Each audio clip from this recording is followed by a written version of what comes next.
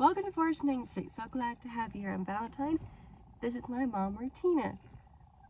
Before we start, as you can tell, my voice is not there. I am very congested. Yesterday I had an allergy attack. Hadn't had one in years. So I gave it to her. she gave it to me, I guess. Contagious allergies. And I still have it too. Yeah. Yep. And I think my son has something. I don't know what's going on with him. He's sniffling too. Oh, my husband's the only one that's okay, and our other daughter, she's okay. But oh well. Yeah. It's no fun, so I can't talk too loud. So without straining my voice. So if you can't hear me, just turn up the volume. Headphones is probably best than just regular speaker form. Yes. I suggest you wear your headphones. And there's another thing. Usually at the end of the videos we sing. I don't think I can sing today unless my mom wants to, but I didn't get the lyrics ready. So, but you know what? These are songs that we have sung before. So if you look in the description box, you can just click the links to when we recorded these and hear them for yourselves. Okay. This one was a request to talk about "To God Be the Glory." Many of you probably already know the author, Fanny Crosby. So since I already talked about Fanny Crosby and Blessed Assurance video, I'm not going to talk too much of her life. Just briefly, I'm sure you know that she was a blind hymn writer. She wrote 800 to probably 1,000 hymns / songs. Very talented woman. She lived a good long life. She was a lifelong Methodist, which I did not know, since I've heard many of her songs in Baptist churches. But you Methodists, I'm sure that you have more of her songs than we Baptists do. And I'm not really a Baptist anymore, but I thought that was kind of interesting. No one knows exactly when the song was written. If you look on hymnalsomething.org, it will tell you 1875. That's probably not true, because that song was found in a different hymnal, Songs and Devotion, in 1870 by the composer himself. This song actually did not become very popular in America. It was more popular in the UK. And that's all thanks to Dwight Moody, or D.L. Moody. He was an American evangelist. And Ira Sankey, who was a singer and composer. And they went to the UK to do revivals. So Moody would preach, Ira would sing songs and hymns that he brought back with him from America. They knew Fanny Crosby. In fact, the UK was probably the first country to really hear Fanny's new hymn, "To God Be the Glory." Although its revival started in 1873.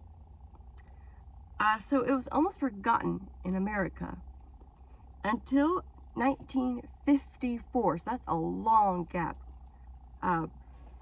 It was rediscovered and popularized by the Billy Graham Crusades in Nashville, Tennessee.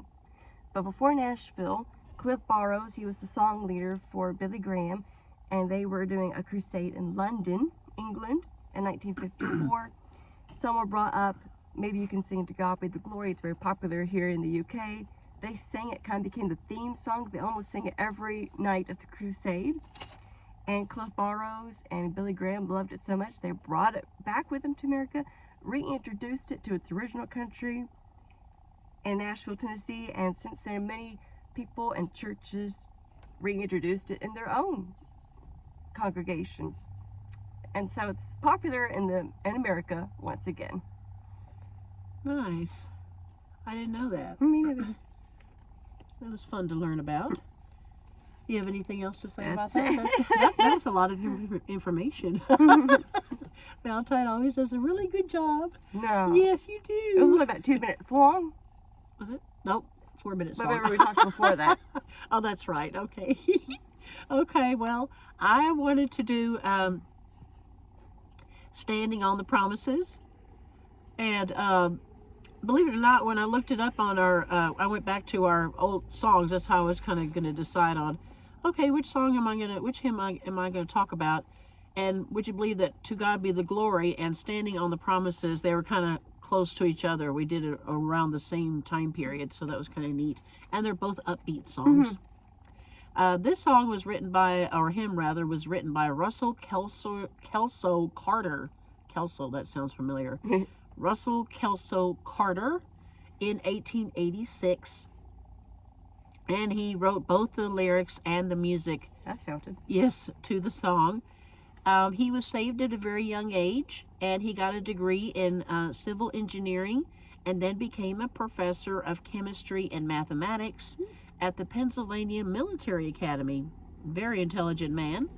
While there, he suffered a serious heart condition to which the doctors did not know how to treat him, and they said, "I'm sorry, but we can't treat you anymore. We've done everything we can."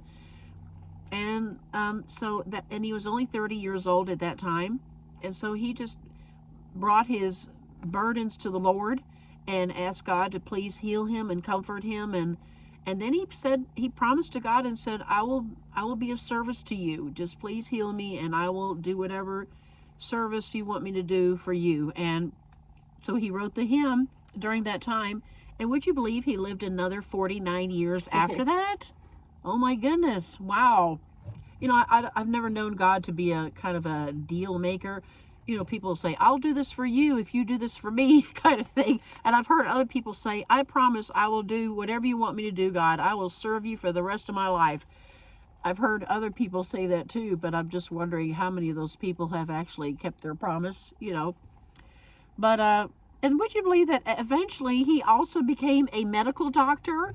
Oh my goodness. He has had a lot of things that he's done in his life. So intelligent. But yeah, he wrote the hymn "Standing on the Promises" as a personal testimony to the faithfulness of God. And I will mention this, the reason why I said premises, because one time we were in a Baptist church one time, and we were just not that, the congregation that particular day was just not really singing a whole lot, and we were just kind of like standing on the promises of, it was just kind of like we were not in the mood, and the pastor said, "Stop." And he told everyone to stop, and he said, "Please, we are not just standing on the premises, we are standing on the promises." Now sing it like you mean it. So then we sang it again, and then wow, I mean, it was a great sound in the church. So I just had to mention that. That's probably why I said standing on the premises. Okay, well, yeah, that's all I have on him. And like I said, normally we would have sung this now together, but you probably don't want to listen to us. We would sound terrible. And then in between the sniffling and all that, I mean, I really wish we could, but I don't think you want to listen to us. So if you do want to listen to us, though, like Valentine said, you could go back to our channel, and That'll be the description page. Or my husband will actually put in the description Yeah. box below the links to the songs, and you can listen to them there, or you know, whatever version you want to listen to. But yeah, so there you have it.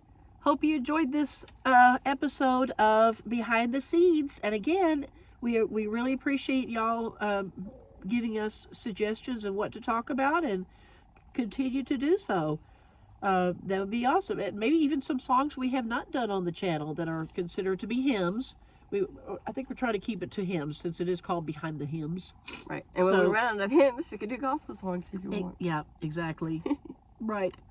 Okay, so that poor Valentine doesn't have to say it. I'm going to see if I can say it. Be sure to like, subscribe if you haven't already, and be sure to hit the notification bell so that you don't miss out on any future videos.